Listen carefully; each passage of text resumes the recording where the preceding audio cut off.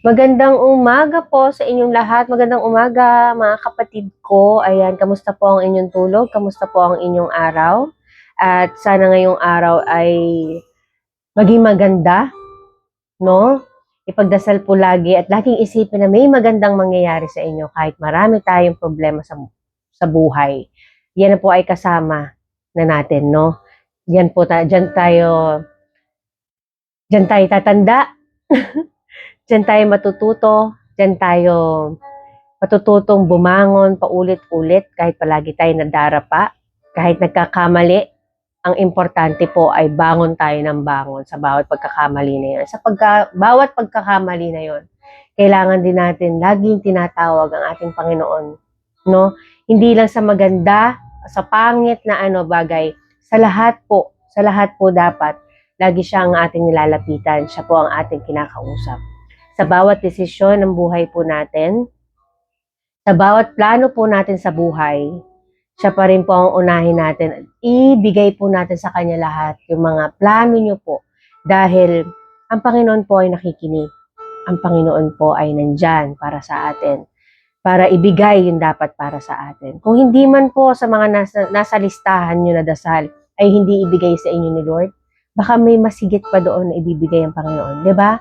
Mas magandang tignan natin yung maganda na ipapalit niya sa mga na gusto mo, na naisin mo. Minsan, may nais ka na ganito lang, pero ang binigay sa'yo ay napakalaki, di ba? Tayo magpasalamat po sa mga ganung bagay. At tapos, magpasalamat tayo sa buhay na meron ka. Kahit napakadami mong problema sa mundong ito, na ginising ka na, meron ka na naman babayaran, meron ka naman, o kaya naman, lahat naman, ganun po ang problema, di ba? Lahat pera po ang problema, no?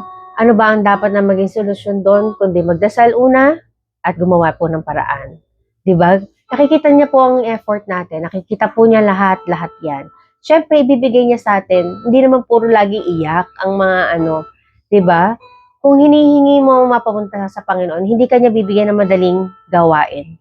Bibigyan kanya ng binhi upang iyon na itanim mo. At yung tanim na yon, siyang bubunga. 'Di ba? Ayun po.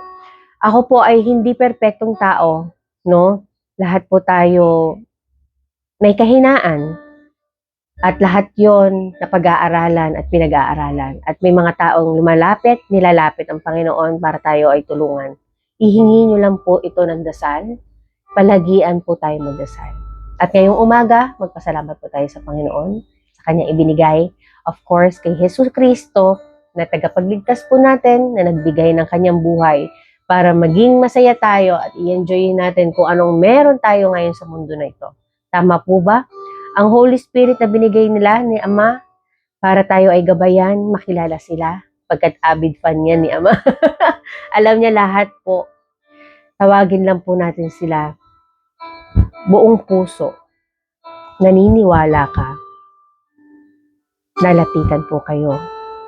At mararamdaman niyo po ang Panginoon sa tabi ninyo. Tama po ba? Kahit anong napakahirap ng problema po sa mundong ito, pag naniwala po kayo, hahawakan niya po kayo.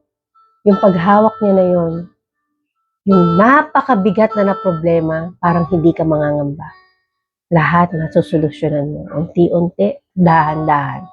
At sa bawat solusyon na yun, at bawat dahan-dahan na nangyayari sa buhay mo po, maraming aral kang matututunan. Napakasarap po mag-aral, sa totoo lang. Napakasarap bumalik sa pagkabata, pero hindi na natin magagawa yun, di ba? Enjoy na lang natin, maituro natin sa mga anak natin ang dapat natin ituro sa kanila. With guidance, the Lord, the Holy Spirit, ni Jesus, at salita nila na nanggagaling sa Biblia, magagawa po natin gabayan ang mga anak natin at mahal sa buhay. Tama po ba? So magdasal po tayo ngayong umaga at magpasalamat lamang po sa ibinigay ni Lord sa atin. Panginoon, Heso Kristo, Holy Spirit, thank you sa gabay po palagi yan. Sa inyo pong tatlo, maraming salamat po. Maraming salamat sa biyayang ibinibigay, sa biyayang paparating pa lamang. Unseen blessing po, maraming salamat. Sa grasya, sa mercy, sa grace na ibinibigay niyo po sa amin. ang buhay na ibinibigay niyo po sa amin paulit-ulit para kami kayo'y kilalanin at humingi ng kapatawaran sa inyo, Ama. Naway ang lahat ng humingi ng kapatawaran ay magawa po.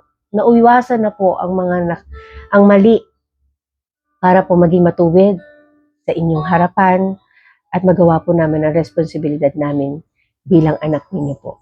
Panginoon, idinadalangin ko po ang lahat ng panalangin ng aking mga kapatid.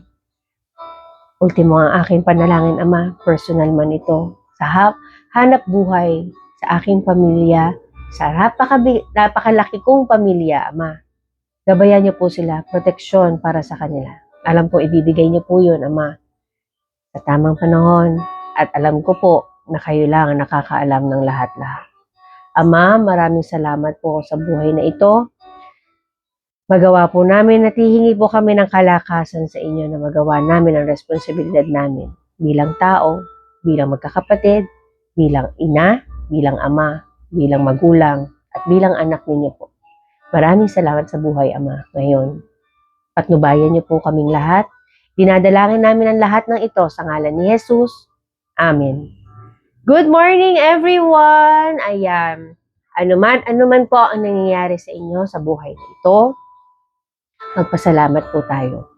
Ang lahat ng bagay na po niyan, kung titignan niyo po at susuriin niyo po, lahat po yan, meron tayong matututunan, no?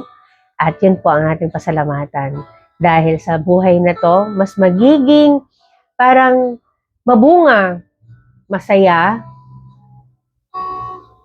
kung ang isang maliit na bagay po ay pasasalamatan mo pa lang. Doon pa lang po ay marunong ka na magpasalamat. Hintayin niyo po yung biyayang malaki. At ulit-ulitin magpasalamat. 'Di ba? Tama po ba? O maging masaya po tayo sa kung ano po ang meron tayo. Ganyan. At ano pa ho? Mabuhay tayo na ayon at sa kagustuhan ng Panginoon. Sundin natin ang kanyang mga gusto mangyari at kilalanin po natin siya. Yun po. Maraming salamat po sa umagang ito. Tayo po'y magsimula na bilang nanay, bilang magulang. Let's go! Bye for now! Maraming salamat po.